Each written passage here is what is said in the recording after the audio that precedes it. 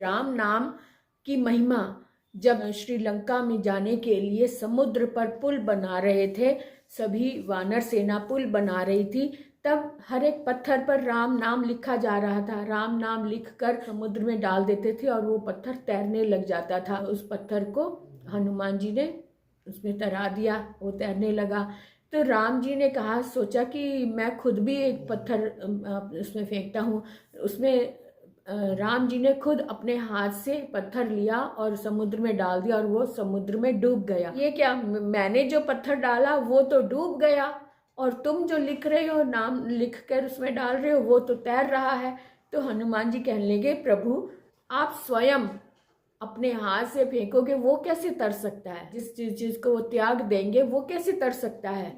कि हाँ, राम से बड़ा राम का नाम है। जिस पत्थर पर राम नाम लिख कर तैराया जा रहा था, वो पत्थर तैरता जा रहा था, और जिस पत्थर को श्री राम जी ने खुद अपने हाथ से फेंका वो नीचे डूब गया। इसी बात को यहाँ पर राम दरबार में भी हनुमान जी ने इस बात को प्रत्यक्ष सार्थक किया कि राम से बड़ा राम का नाम है।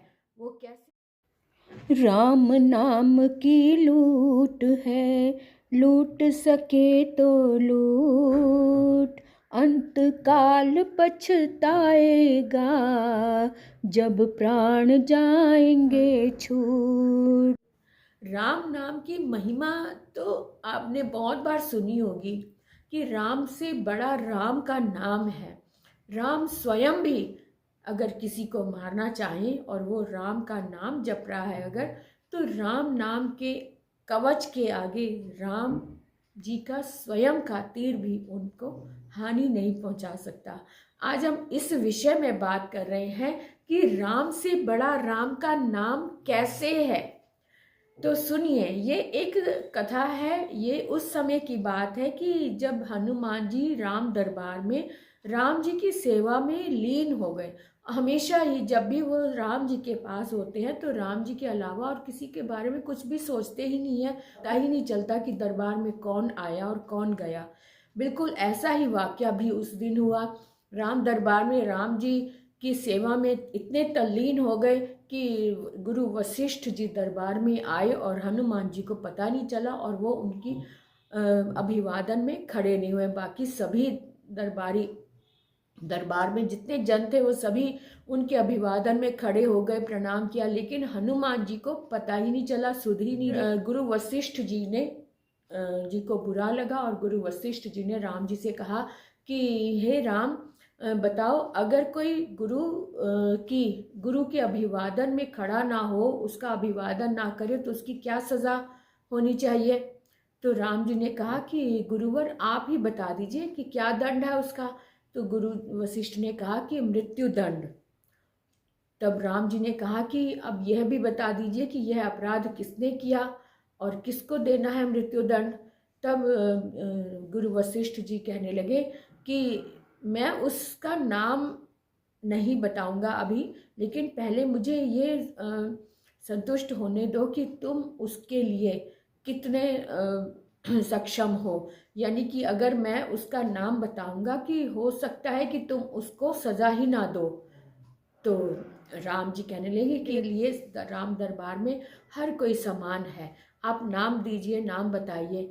तब गुरुवर ने कहा कि ठीक है, तुम आश्वासन देते हो इसलिए मैं बता रहा हूँ, हनुमान ने ये अपराध किया है। तो हनुमान ने खुद भी स्वीकार कर लिया कि हाँ, मुझसे ये अपराध हुआ है। राम जी ने कहा कि इसको क्या दंड होगा? तब गुरु जी ने कहा कि मृत्यु दंड। और मृत्यु दंड भी राम खुद स्वयं अपने अमोघ राम बाण से देंगे। तब राम जी ने कहा कि नहीं गुरुवर, मैं गुरु की आज्ञा का पालन कर रहा हूँ, गुरु के अगेंस्ट, गुरु के विपरीत मैं बिल्कुल नहीं जा सकता। अगर मैं गुरु के विपरीत जाऊंगा तो मुझे भी वही दंड भुगतना होगा जो मैं हनुमान जी को दे रहा हूँ। तब गुरु वशिष्ठ थोड़े से आश्वस्त हुए और तय किया गया कि शाम के समय सरयू तट पर सभी इकट्ठे होंगे, सरयू तट पर हनुमान जी को ये दंड दिया जाएगा।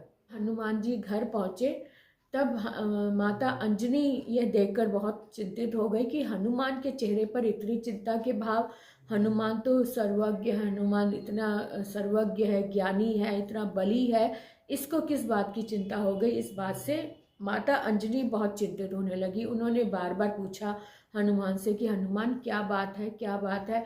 तो हनुमान जी ने कुछ भी उत्तर नहीं दिया। लेकिन फिर बार बार पूछने पर भी उन्होंने जवाब नहीं दिया। तो माता अंजनी ने अपनी दूध का वास्ता दिया कि तुम्हें अपनी माँ के दूध का वास्ता, तुम मुझे बताओ कि क्या बात है। तब हनुमान जी ने सारा प्रकरण बताया जो जो दरबार में हुआ। तब माता कहने लगी कि तुम इस बात से बिल्कुल भी चिंता मत करो, तुम्हारे पास तो राम नाम है। हनुमान पैदा हुआ है तब महादेव शंकर जी ने स्वयं उन्हें राम नाम का मंत्र दिया था। नाम का ये प्रताप ही है कि तुम सूर्य देव को फल समझकर निगलने चले गए थे और मुंह में रख लिया था। तब माता अंजनी ने उन्हें आश्वस्त किया हनुमान को कि तुम राम नाम का जाप करो।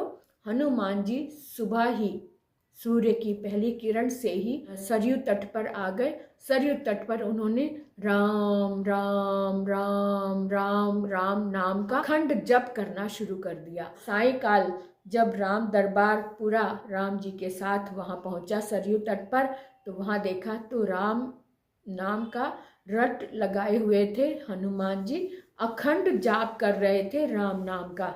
वहां जाकर राम जी ने स्वयं अमोघ शक्ति बाण छोड़ा और कई बार प्रयत्न किया, लेकिन उन पर कोई असर नहीं हो रहा था। हनुमान जी जैसे कि तैसे ही जाप में लीन थे, उन पर कोई असर नहीं हो रहा था बाणों का। तो वशिष्ठ जी ने शंका प्रकट की, तुम्हारे बाण जो हैं वो अशक्त हो रहे हैं, तुम स्वयं पूरी निष्ठा से बाण नहीं चला रहे हो शायद। तब राम जी ने कहा कि गुरुवर, मैं ऐसा अपराध नहीं कर सकता, परंतु बात यह है कि हनुमान राम नाम का अखंड पाठ कर रहा है, अखंड रट लगाए हुए हैं राम नाम की, इसलिए उस पर मेरे स्वयं के बाण भी असर नहीं कर रहे हैं। इस बात से गुरु वशिष्ठ इस बात से इतने प्रभावित हुए कि उन्होंने कहा कि उन्होंने घोषणा कर दी कि राम, आज मैं तुम्हारे राम दरबार को छोड़कर जा रहा हूँ, आश्रम जा रहा हूँ, और आज से ही मैं भी राम नाम का जाप करना आरंभ कर रहा हूँ। उनको विश्वास हो गया कि राम से बड़ा राम का नाम है। इसीलिए तो तुलसीदास जी ने कहा है, राम भरोसे राम बल, राम नाम विश्वासा, सुमिरत शुभ मंगल कुशल, मांगत तुलसीदास। इसीलिए तुलसीदास जी ने राम नाम को मांगा, राम नाम को उन्होंने इतना महत्व दिया है। ऋषि वशिष्ठ ने कह दिया, इस बात की घोषणा करता हूँ कि जो भी राम नाम का जाप करेगा, अर्थात राम नाम का जाप जो करेगा, जो लिखेगा, जो मनन करेगा, उसके समक्ष बाकी सारी शक्तियाँ न्यून पड़ जाएंगी, कमतर पड़ जाएंगी। राम नाम से बड़ा, क्योंकि राम का नाम है, तो इसलिए राम नाम का जाप करो और कवच बनाकर रखो अपने आसपास, अपने ऊपर राम नाम का कवच ओढ़ लो, जिससे सभी पाप भी धुल जाएंगे और कोई कष्ट, दुनिया का कोई कष्ट उसे छू नहीं पाएगा, कोई भी दंड उसे छू नहीं पाएगा। तो ये घोषणा करके उन्होंने प्रस्थान किया और मन में ये संकल्प लिया कि वो आज से राम नाम का जाप करेंगे और राम नाम का कवच पहनेंगे हनुमान की तरह। तो बोलो सियापति रामचंद्र की जय।